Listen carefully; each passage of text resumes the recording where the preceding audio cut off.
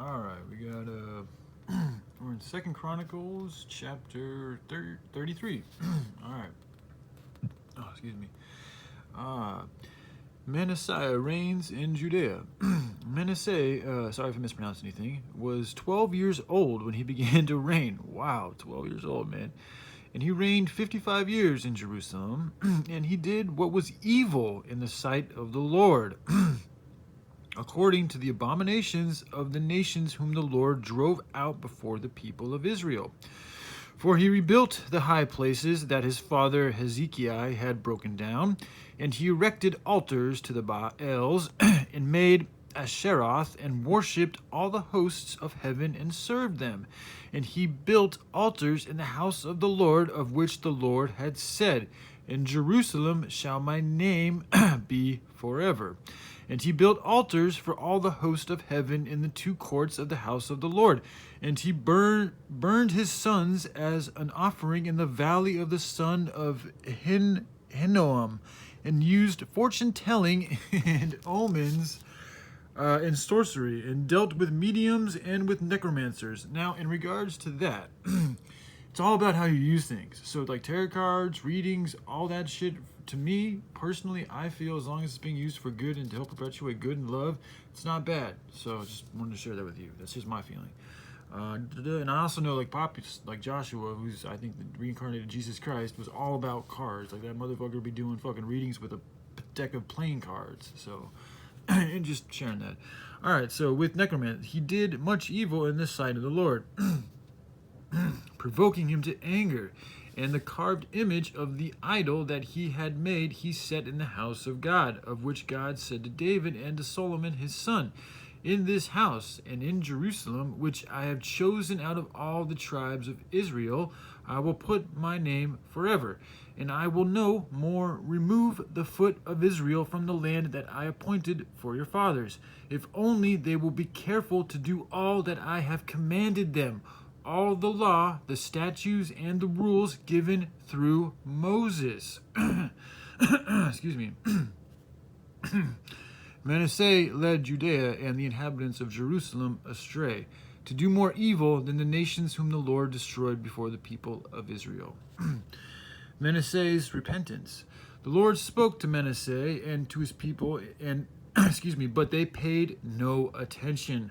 Therefore, the Lord brought upon them the commanders, of the army of the king of Assyria, who captured Manasseh with hooks and bound him with chains of bronze and brought him to Babylon. And when he was in distress, he entreated the favor of the Lord his God, and humbled himself greatly before the God of his fathers. He prayed to him, and God was moved by his entreaty, and heard his plea, and brought him again to Jerusalem into his kingdom. Then Manasseh knew that the Lord was God. Afterward, he built an outer wall for the city of David, west of Gihon, in the valley, and for the entrance into the fish gate, and carried it around Ophel, and raised it to a very great height. He also put commanders of the army in all the fortified cities in Judea, and he took away the foreign gods and the idol from the house of the Lord, and all the altars that he had built on the mountain of the desert of the Lord and in Jerusalem, and he threw them outside of their city. He also restored the altar of the Lord, and offered on it sacrifices of peace offering and of thanksgiving.